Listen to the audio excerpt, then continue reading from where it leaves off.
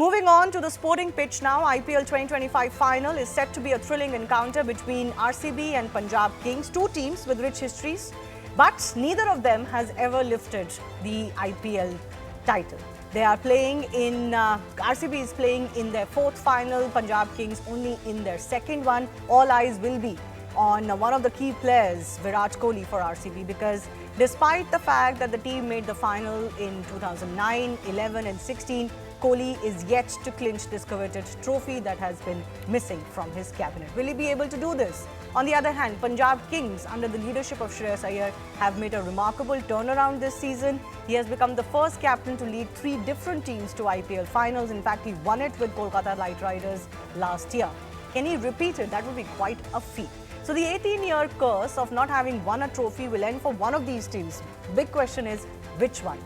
RCB will face Punjab in this final on June 3. The match featuring the two teams will take place at the Narendra Modi Stadium in Ahmedabad. Bengaluru, as I said, has featured in three IPL finals before. In 2009, they lost to Deccan Chargers. 2 years later, they lost to the eventual champions Chennai. And their last final appearance came 9 years ago. They lost to Hyderabad Sunrisers eventually. Similarly, Punjab is also chasing its first title. Their only final appearance came in 2014, 11 years ago, and they lost to eventual champions KKR at that time. All eyes are on Virat Kohli. His jersey number is 18, and it's been 18 years since he has been chasing the dream of winning this IPL title. He's had a cracking season with the bat, averaging 55 in 14 matches at a strike rate of 146. In fact, last year, when the women's RCB team won the WPL title, there were many questions whether the men in red and gold jersey will ever do the same. This is what Virat said then, that it's a dream of his to know what it feels like winning an IPL trophy. He will be here, a part of the team that wins the trophy for the first time. This is what he said in 2024. Well, that stage has arrived once again for him. So will it be 18th time lucky, or will it finally be Virat's time this year is the big question. Also take a look at how the match transpired last evening. 18, a number stitched in red on the back of a man who's carried the weight of a franchise and its dream for 18 long years. Virat Kohli. Jersey number 18, and now it is the 18th season of the Indian Premier League. A coincidence or destiny?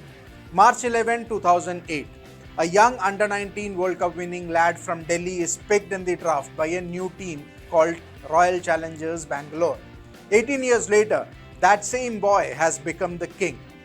The only constant in a team that's seen captains come and go, coaches reshuffle, and fans rise and fall with every season. But one thing remained elusive, and that is the IPL trophy. He's been here before, 2009, 2011 and 2016. 3 finals, 3 heartbreaks. And in Kohli's own words, 2016, that year broke him. 2 heartbreaks. Let's go across to our guest joining us, Sabah Karim, former cricketer, Dileep Doshi, former cricketer, and Ayaz Memon, senior sports journalist, all joining us on the show. Let's discuss the match that transpired that took Punjab to this final first. Sabah, do you think it was just the brilliance of Shreyas Iyer, or do you think Mumbai made tactical errors as far as their bowling plan is concerned?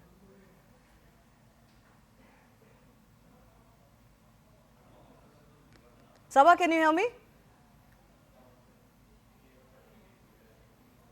I don't think he can hear me. Let me take that question to Dileep Doshi as well. So what do you think? Do you think Mumbai made critical errors as far as their tactical plan was concerned, the way the overs were shared, who bowled which over? Easier to say now, but I think Bumrah and Trent Bolt had a very average day, and they were not at their best by any chance. Santner, I expected him to bowl better and take some wickets in the middle. So the wickets are not coming, and that's what made it easy for Punjab. Shreyas Iyer played very well. He rode his luck very well because I think he played some great shots. But what I felt was that Mumbai were lacking in the edge of bowling, which we have seen all the season. Maybe it was an off day for 2 of their best bowlers. Yeah. Ayaz, we discussed this earlier as well. Rude chances for Mumbai, but what an innings from Shreyas Iyer there. I mean, this is really one for the ages. Hitting sixes almost at will, regardless of who was the bowler that he was facing. And you talked about those shots that he was playing against Bumrah. That kind of mentally possibly broke the back of the Mumbai lineup. Oh, absolutely. I think Shivani, the dismantling of Bumrah. I use that word very advisedly. It's not easy to dismantle somebody like Bumrah in the sense of the game plan and the execution of his plan, for which Bumrah is a maestro. But he got no wickets. He conceded 40 runs. And the manner in which first Josh English played Bumrah and then, of course, Shreyas Iyer. I thought Shreyas Iyer was a command performance. When he came into bat, things were still a little wobbly for Punjab.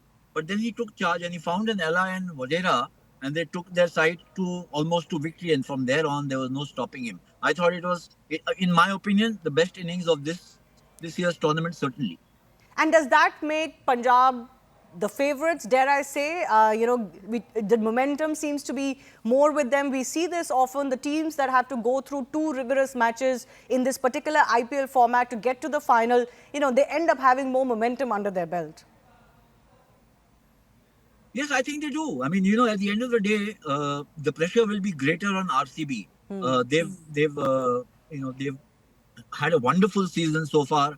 Then they kind of had a massive win over Punjab in the earlier match. They bowled them out for 101.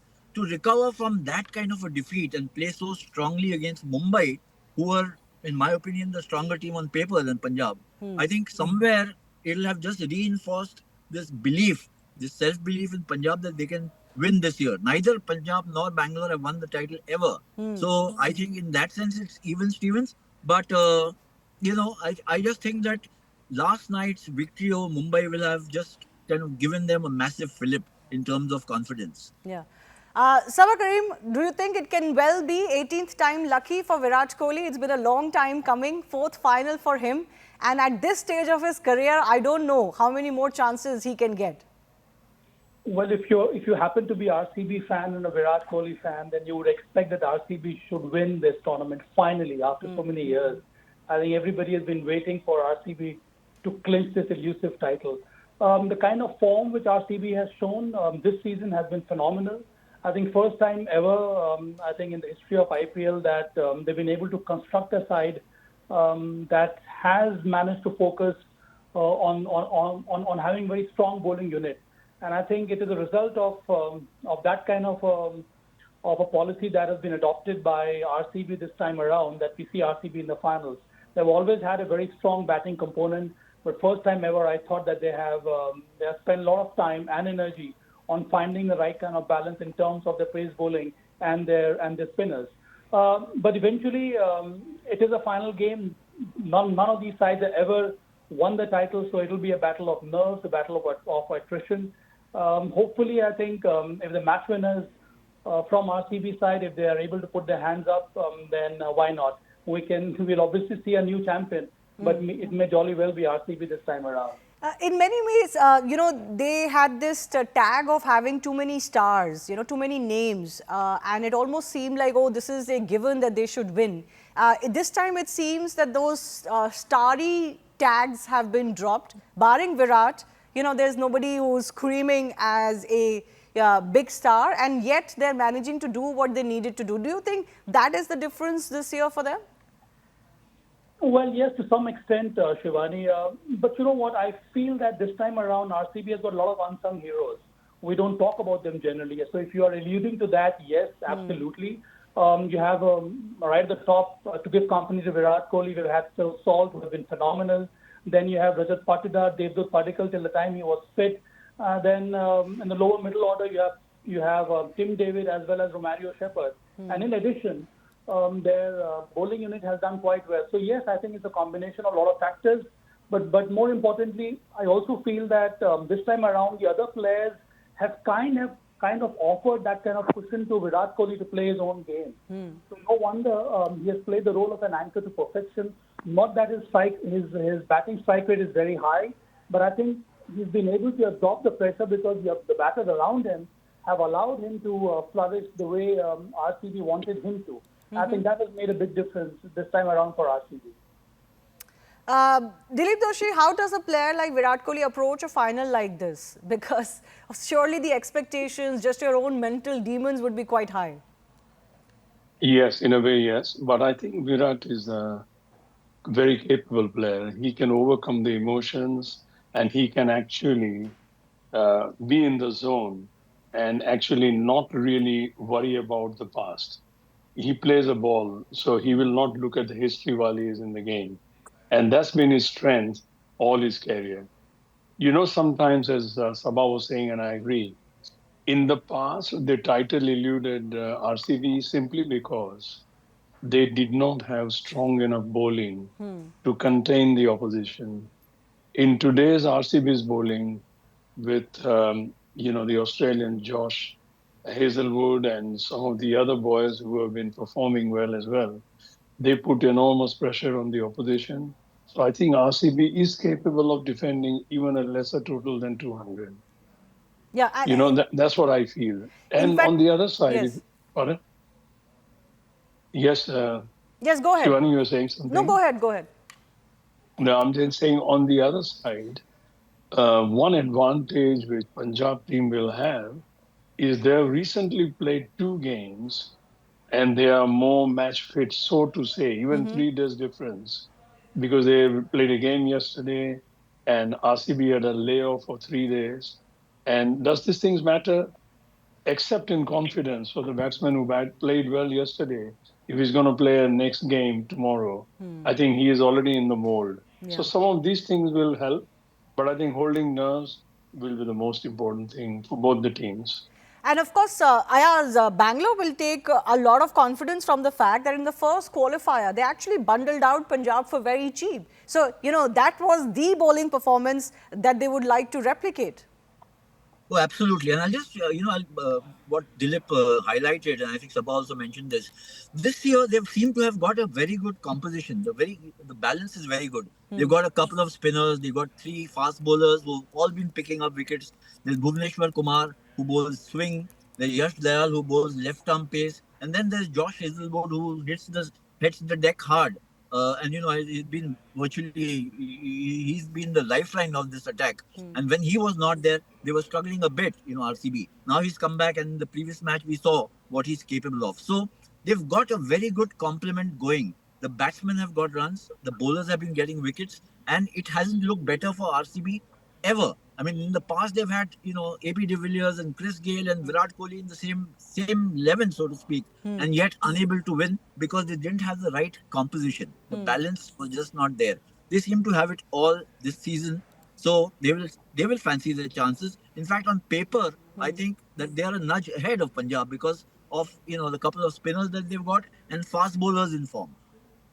Sabha, what do you think it does to a player when you've been chasing something for too long and it doesn't happen to you? In fact, last year when the women won the WPL from RCB, it became a massive joke that, the women have done what the men couldn't for 17 years. And Virat said that, this is a dream of mine. He's not shied away from saying that, yes, he wants that trophy, isn't it? But what do you think is making Virat so keen for an IPL trophy? He's achieved everything else. It's okay if he doesn't win this one. And secondly, what could it do to his psyche?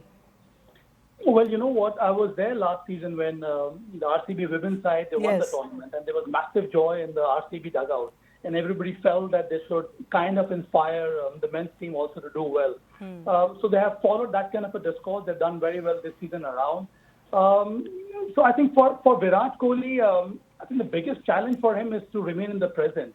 He has seen so many upheavals in his career with RCB, as the Ayaz rightly pointed out. They've had some superstars in the side, but unfortunately, they've not been able to win any title.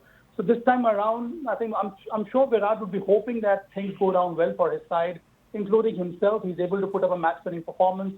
But more importantly, there are certain basics on which they have to focus. And if you recall the previous game, even yesterday's encounter for that matter, that spill catch of Trent Bolt that cost MI dearly.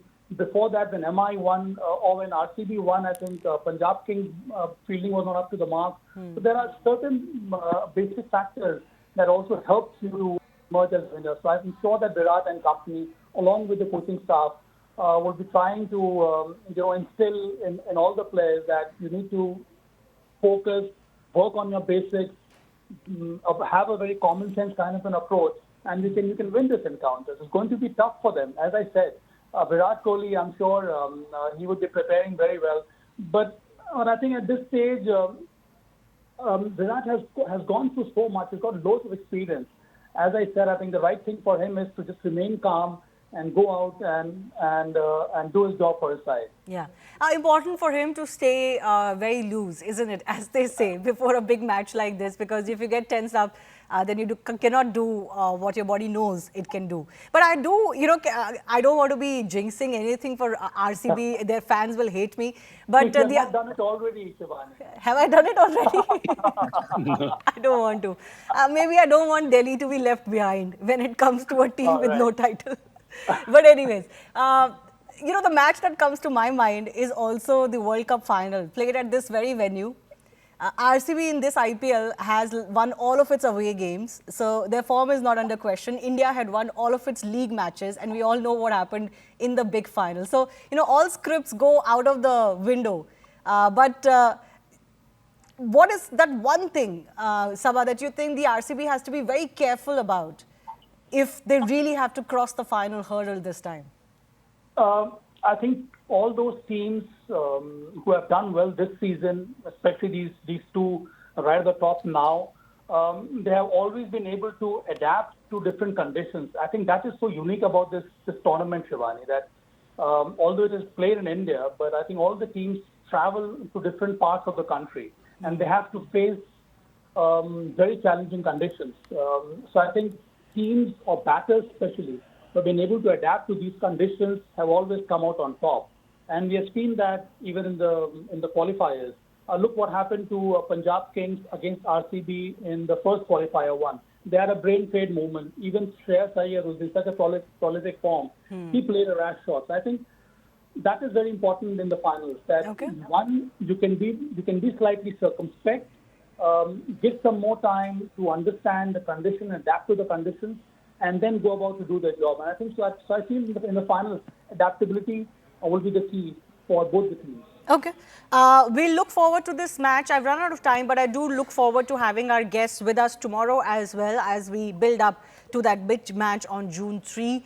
18 years and the first title for at least one of these teams and players. With that, it's a wrap on this edition of Plain Speak. Thanks a lot for watching.